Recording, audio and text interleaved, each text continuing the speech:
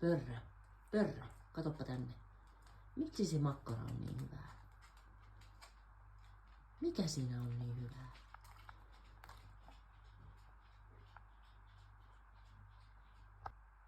Otatko sä lisää? Mitä mieltä sä oot? Täältä näin. Oh my god!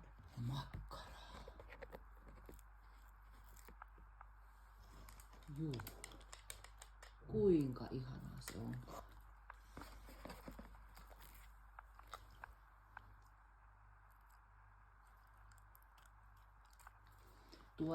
Ootteko te yhtään tietoisia tästä suolan määrästä ja sen haitoista teille? Ei kiinnosta. Suola ei ole terveellistä, se rasittaa munuaisia. Ja teillä on aika pienet munuaiset ja tämän leikkeleen suolamäärä on aikamoinen siihen nähden. No niin, siellä jo ensimmäinen menikin juomaan. Vieläkö? Mä luulen, että suolamäärän osalta nyt ollaan siinä pisteessä, että ei varmaan enää. Mut onks tää makkara nyt sellainen, että kun sä meet tosta nukkumaan, niin sä näet siitä unta?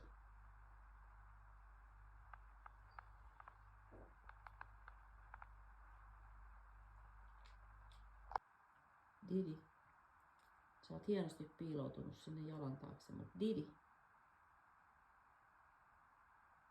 mites sun mielestä toi makkara tai leikkele? Pystyisit sä elää ilman sitä? No ei. Kyllä se on nyt sillä lailla, että tämä makkarapaketti menee kiinni.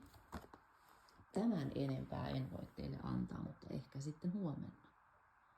Kestätkö sinä henkisesti sen, että vasta huomenna ehkä saat seuraavan leikkelepalin? Tai ylihuomenna?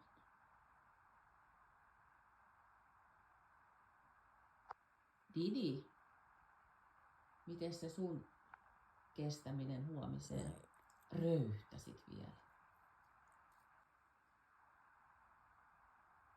Pörrö yrittää koota itsensä. Ei enää makkaraa. Miksi ei, kysyy Pörrö. Mä selitin just sen suola-asian, mutta katsotaan huomenna sitten. Kyllä mä uskon, että sä kestät.